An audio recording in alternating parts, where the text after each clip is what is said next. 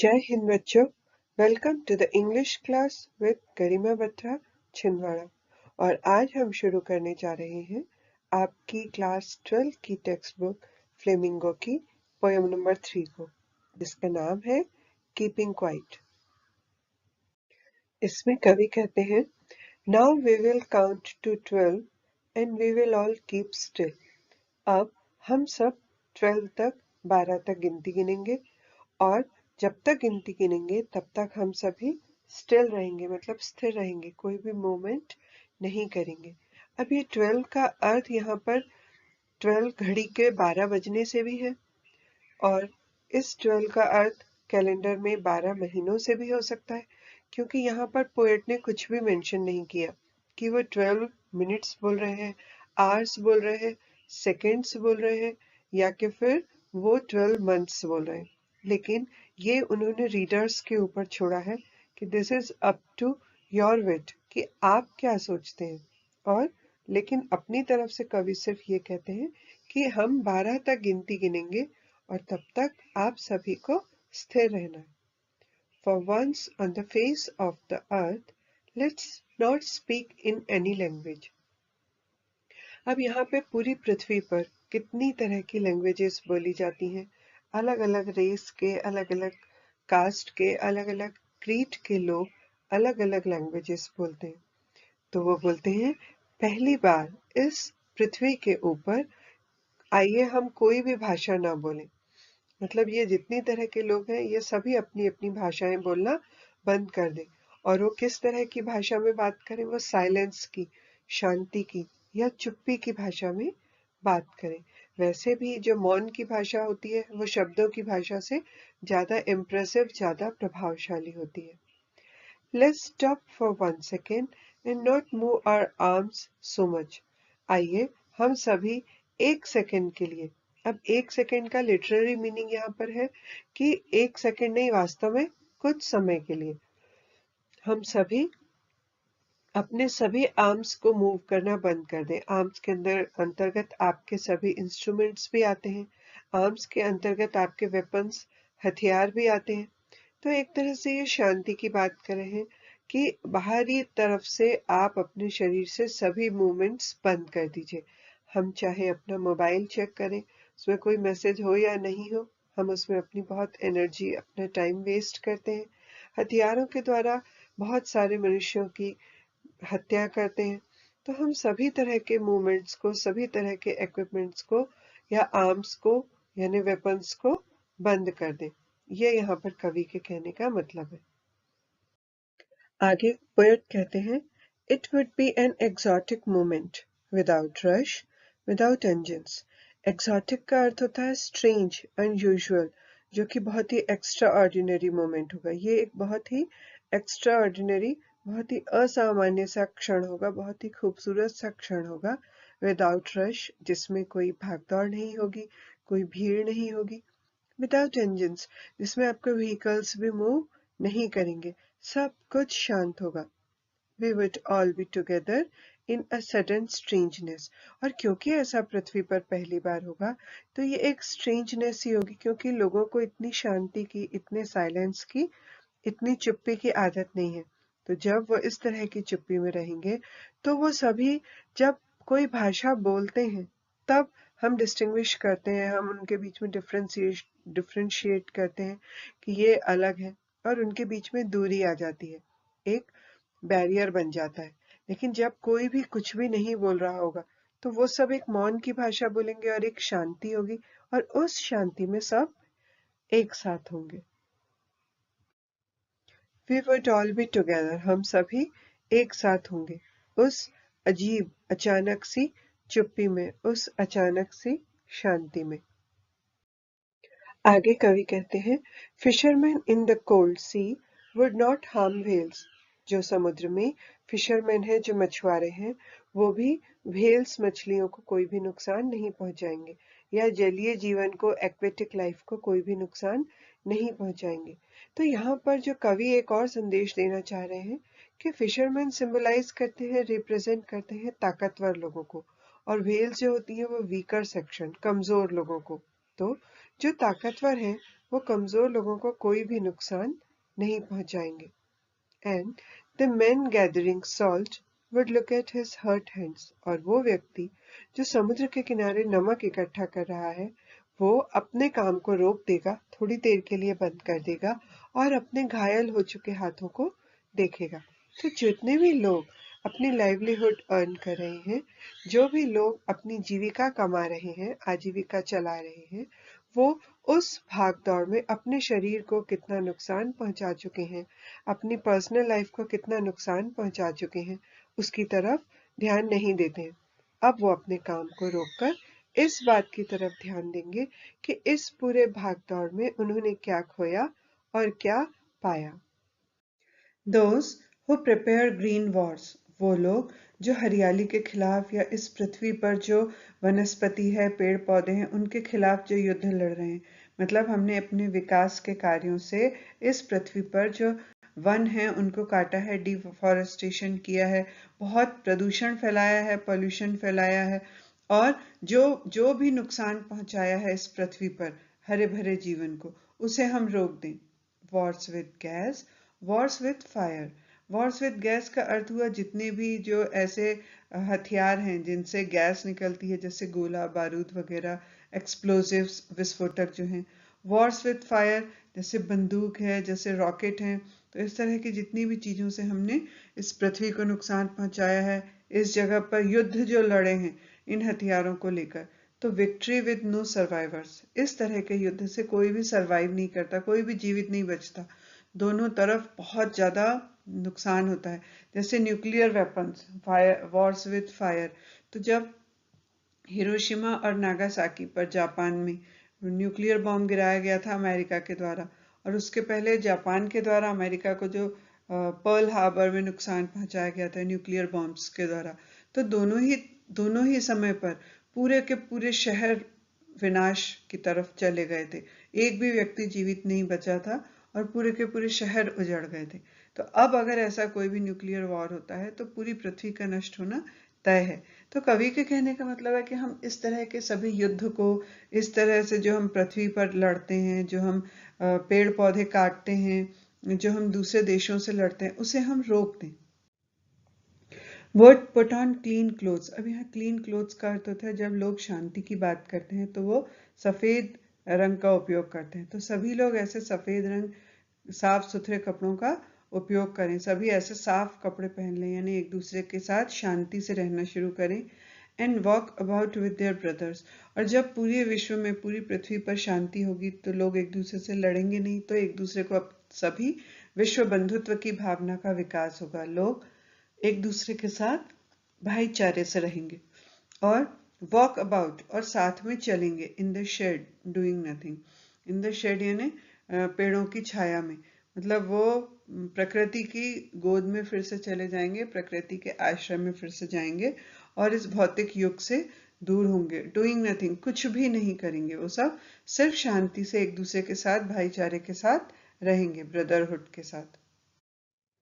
आगे कवि कहते हैं, what I want should not be confuse. तो ऐसा कहने से कवि का अर्थ है कि मैं जो भी कह रहा हूँ उससे कन्फ्यूज नहीं होना है। मतलब जो ज़्यादा शक्तिशाली लोग हैं उन्हें कमज़ोर लोगों पर अत्याचार नहीं करने चाहिए। जो लोग पृथ्वी पर अनाचार, अत्याचार कर रहे हैं उन्हें रुक जाना चाहिए। जो लोग अपने काम में बहुत ज़्यादा मेहनत कर रहे हैं पैसा कमाने के लिए, उन्हें भी थोड़ा सा रुकना चाहिए और अपने घावों की तरफ, अपनी तकलीफ़ों की तरफ, अपने पर्सनल लाइफ की तरफ ध्यान देना चाहिए। साथ ही साथ जो लोग युद्ध लड़ रहे हैं उन्हें भी रुक जाना चाहिए और शांति की तरफ हाथ बढ़ाना चाहिए। विथ टोटल इनएक्टिविटी, मतलब इस बात से कंफ्यूज नहीं होना चाहिए कि हमें सब काम धंधे, जो जीवन जैसा चल रहा है उसे रोक के पूरी तरीके से इनएक्टिव हो जाएं। इनएक्टिव हो जाए का अर्थ ये है कि हम कोई भी काम करना बंद कर दें। दरअसल में कवि ये नहीं बोलना चाहते कि हम काम बंद कर दें, हम काम करें, लेकिन उस काम से जो दूसरों को, पृथ्वी को, प्रकृति को, पर्यावरण को, कमज़ोर लोगों को जो नुकसान हो रहा है, उस नुकसान को हम रोक दें। Life what it is about, जीवन तो सिर्फ आगे चलने का नाम है, रुकने का नाम नहीं है।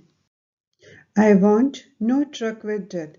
तो कवि के कहने का तात्पर्य ये बिल्कुल भी नहीं है कि इंसान अपना जीवन छोड़ के मर जाए या उसकी मृत्यु हो जाए। वो मृत्यु नहीं चाहते, वो ये चाहते हैं कि जीवन हो लेकिन हानि रहित हो, नुकसान रहित हो। If we were not so single minded का अर्थ होता है सिर्फ एक ही दिशा में सोचना। जैसे जब भी हम कोई काम करते हैं तब हम सिर्फ अपने स्वार्थ के बारे में सोचें और दूसरे लोगों पर या दूसरे जीवन पर उसका जो प्रभाव पड़ता है उसके बारे में ना सोचें और हम काम करते जाएं। तो कवि ये कहना चाहते हैं कि about keeping our lives moving, कि हमारा जीवन चलता रहे, हम अपने काम भी करें लेकिन हम स्वार्थी होकर न सोचें बल्कि पूरे विश्व के बारे में सोचते हुए काम करें और ये कोशिश करें कि हम जो भी काम कर रहे हैं उससे किसी को भी कोई नुकसान नहीं हो रहा। ना तो उससे प्रकृति को नुकसान पहुंच रहा है, ना ही उससे दूसरे लोगों के जीवन को नुकसान पहुंच रहा है, ना ही उससे हमारी पर्सनल लाइफ प्रभावित हो रही है। हम अपने काम के साथ साथ अपने परिवार को, अपने मित्रों को, अपने रिश्तेदारों को और समाज की भी भलाई के काम कर सकें। And for once could do nothing. Perhaps a huge silence might interrupt this sadness. जब हम अपना जीवन जी रहे होते हैं तो हम काम में, जैसे हमने पढ़ाई शुरू की, फिर हम अपनी स्कूल की पढ़ाई ख़त्म करके कॉलेज की पढ़ाई करते हैं, कॉलेज की पढ़ाई ख़त्म करके नौकरी में लग जाते हैं और जीवन भर पैसा कमाने में लगे रहते हैं। इस पूरे घटनाक्रम में, इस पूरे जीवन चक्र में हम कभी भी अपने खुद के बारे में नहीं सोचते, बस सिर्फ एक दौड़ भाग में लगे रहते हैं। दौड़ते रहते हैं, हम चलते रहते हैं कमाने के लिए, आगे बढ़ने के लिए, पैसा कमाने के लिए।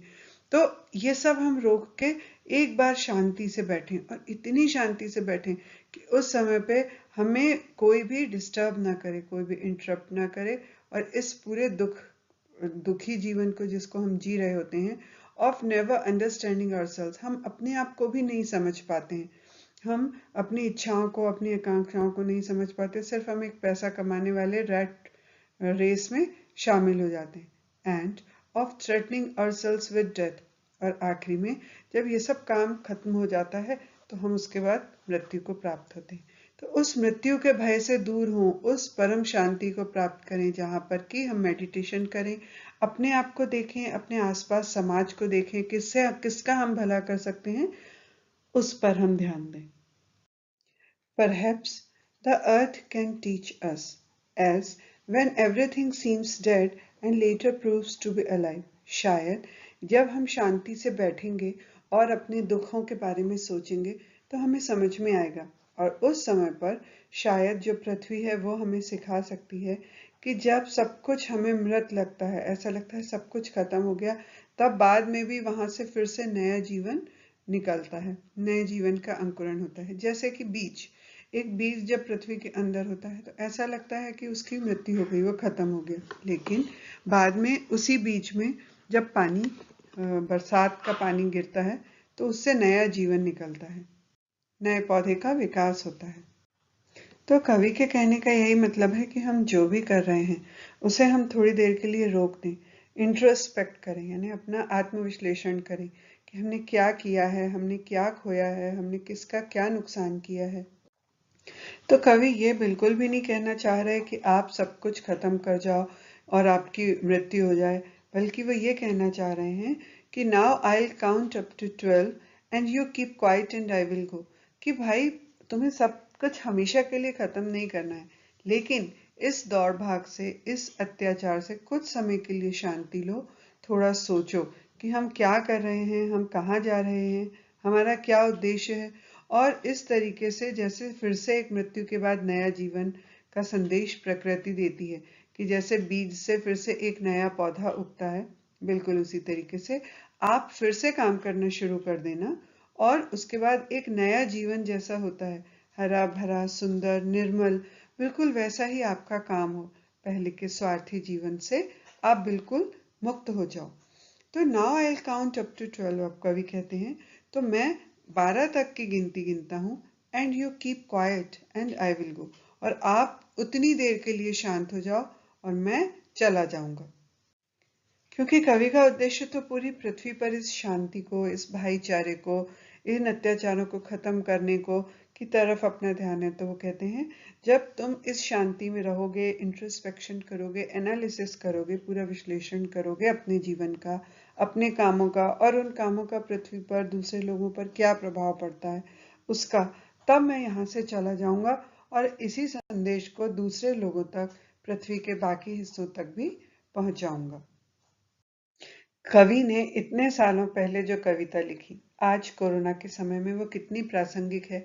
अभी कोरोना काल में हम सभी ने ऐसे ही जीवन को जिया और इस जीवन का अनुभव किया कि हम सब ने जब अपने अपने घरों में बंद रहकर देखा कि जो प्रदूषण था वो कितना कम हो गया था पृथ्वी पर, सभी शहरों में हवा बहुत शुद्ध हो गई थी और लोगों ने भाग दौड़ आपाधापी सब बंद करके अपने अपने घरों में रहकर देखा।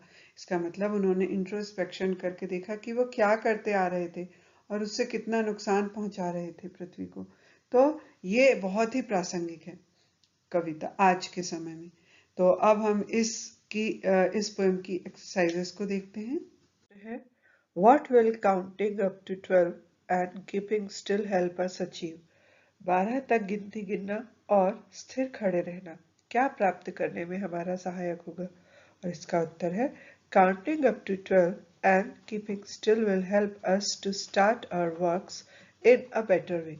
12 तक गिनती गिनना और शांत रहना हमें हमारे कामों को ज्यादा बेहतर तरीके से करने में मदद करेगा। We can also feel peace and love for everybody in the world. हम इस संसार में सभी लोगों के लिए प्यार और शांति भी महसूस करेंगे। नेक्स्ट क्वेश्चन है, do you think the poet advocates total inactivity and death?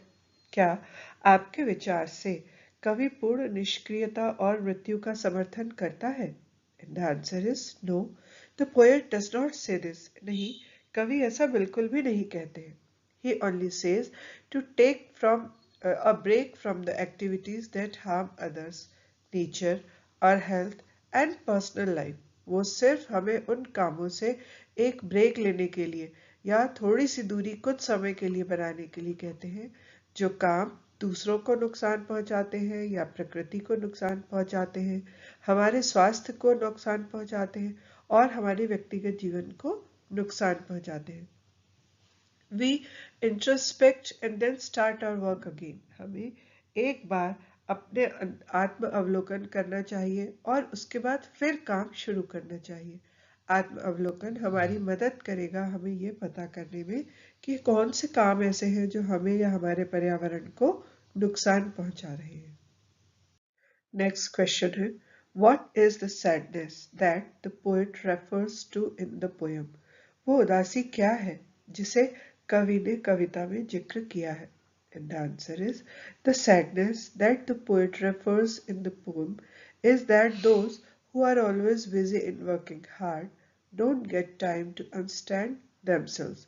यहाँ पर उदासी से कवि का तात्पर्य है कि इस कविता में वो सभी लोग जो हमेशा कड़ी मेहनत करने में व्यस्त रहते हैं, उन्हें अपने आप को समझने का समय नहीं मिलता। We can understand ourselves only if we stop all activities and introspect. हम अपने आप को सिर्फ तभी समझ सकते हैं जब हम सभी क्रियाकलापों को बंद करें और आत्म अवलोकन करें।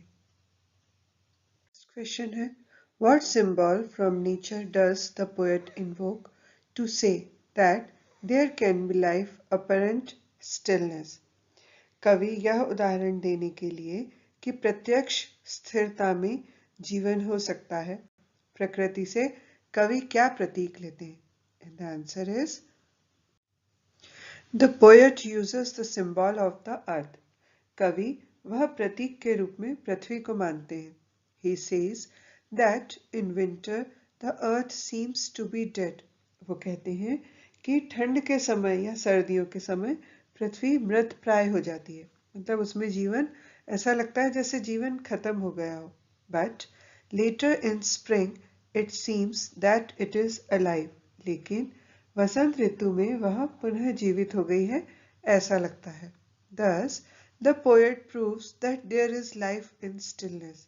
और इसलिए कवि यह सिद्ध करता है कि स्थिरता में भी जीवन है, मतलब जीवन जब आपको ऐसा लगता है कि खत्म हो गया है, तब भी उसके अंदर कहीं ना कहीं जीवन छुपा रहता है, जीवन की संभावनाएं रहती हैं।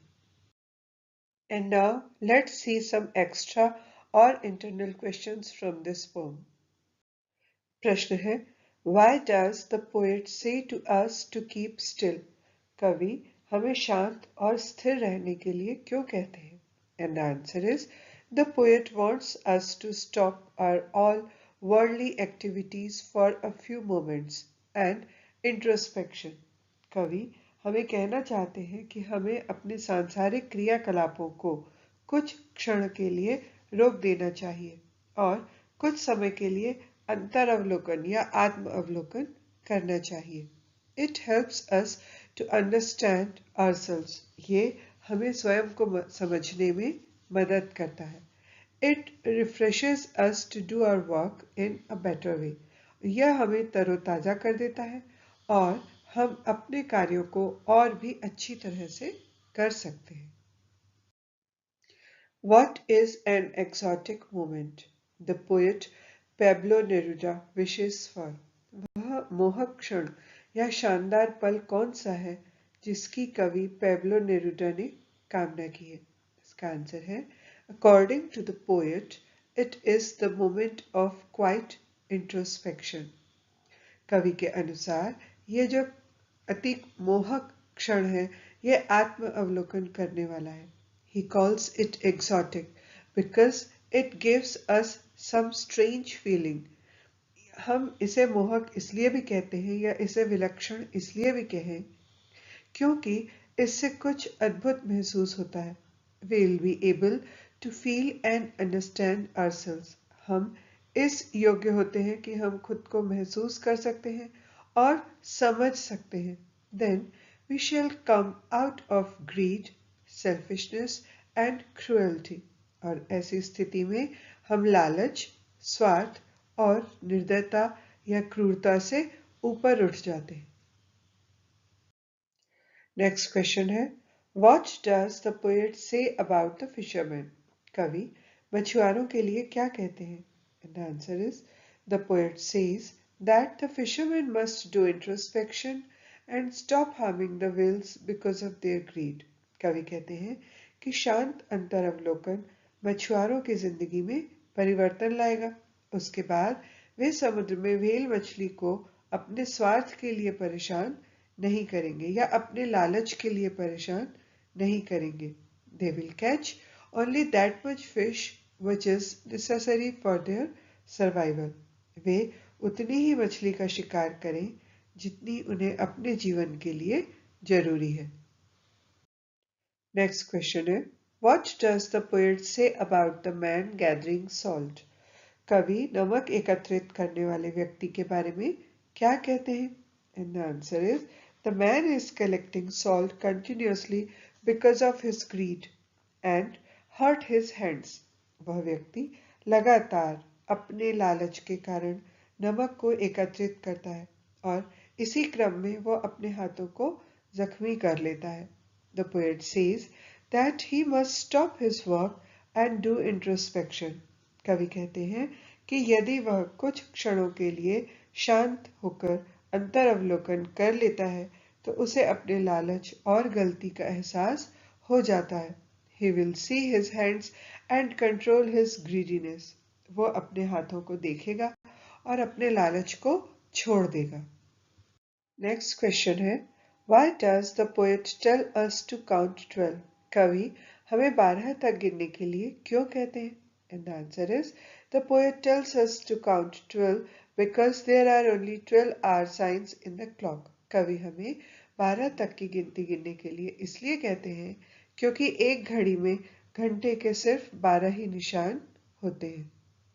Next question Why does the poet ask us to keep still? कवि हमें स्थिर होने के लिए क्यों कहते हैं? और इसका आंसर है The poet wants us to keep still because peace helps us to find the solutions to our problems. कवि हमें स्थिर होने के लिए इसलिए कहते हैं क्योंकि शांति हमें हमारी परेशानियों के हल ढूंढने में मदद करती है. तो हमने इस तरह से पोम और उसके क्वेश्चन आंसर्स देखे. इसे आप बहुत ही अच्छे से समझें. Wish you all the best for your exams.